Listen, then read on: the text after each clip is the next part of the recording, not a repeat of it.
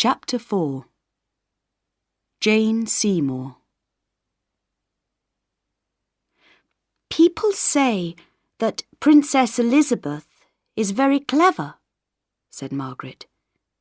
Is that true, my lady? Yes, it is. She's only 13 years old, but she can read and write in 4 languages already. Margaret's face was sad. I only know 1 language, she said, and I can't read or write it. But you have a mother and father who are alive, I said quickly.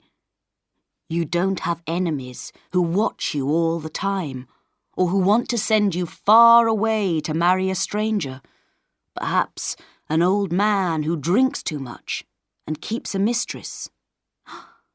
Will that happen to Princess Elizabeth? Margaret asked. Her eyes round. Perhaps. Who knows?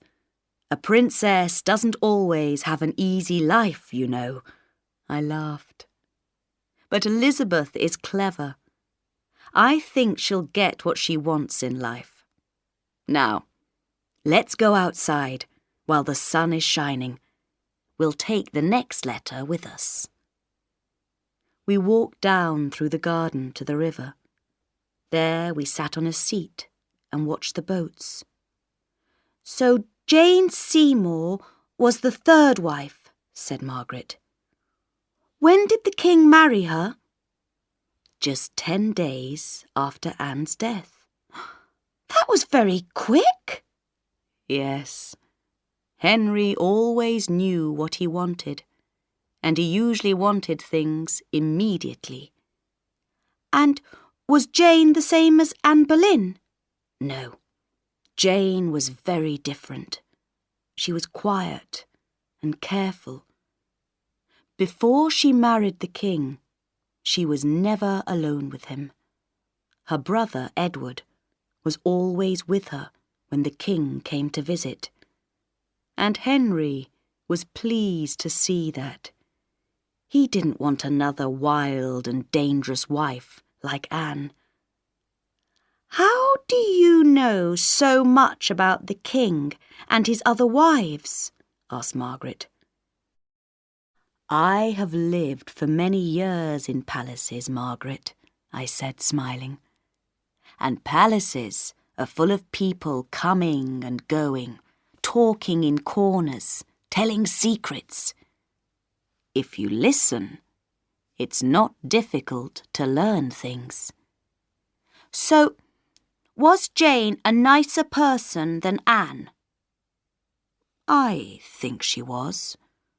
She was very kind to Henry's daughters, Princess Mary and Princess Elizabeth. She was like a mother to both of them.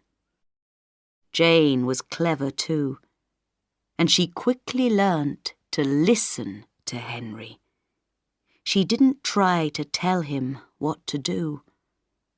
And with her brown hair and white face, she also looked very different to Anne Boleyn.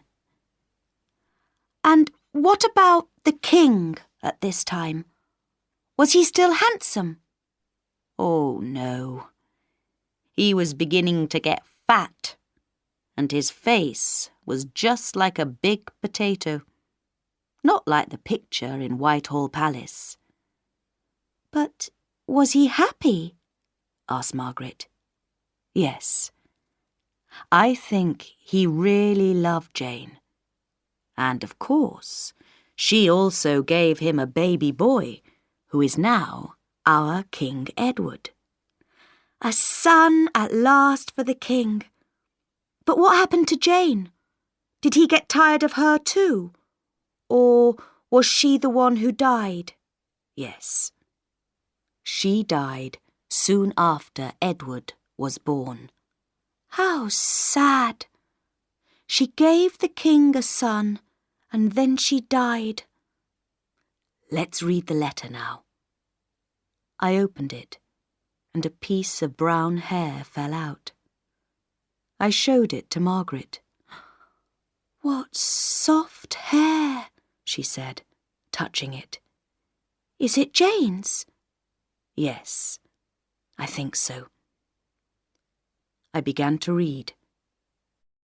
Hampton Court Palace, the 22nd of October, 1537. Dear Henry, the doctors and my women tell me that I shall feel better tomorrow, but I can see in their faces that it is not true. I cannot sleep or eat, and a fire burns in my body day and night. I know that I shall soon be dead. But I have given you a son, Henry, and I can die happy, knowing that Edward will be king after you. I will never see the day when he becomes king, but I pray that God will give him a long and happy life. Please, look after dear Edward and tell him all about me. Here is a piece of my hair, a small present from a dying mother to her baby son. I am too ill to write more and must say goodbye. Your loving wife and Queen, Jane. I put the letter away and looked at Margaret. She had a very difficult time when the baby was born, you see. It took 3 days and 2 nights before the baby arrived. Poor Jane was very tired and ill. She died 12 days later, very soon after this letter. How terrible, said Margaret. She touched the piece of Jane's hair again. And was the king sad? Oh, yes. He was very unhappy. He shut himself away in the palace for weeks. All England was sad, and every church in the country said prayers for poor Queen Jane. She was buried at Windsor, and Henry is now buried next to her. Just then, Uncle William came up behind us. "Ah, Uncle," I said. "Let's go in and have some lunch."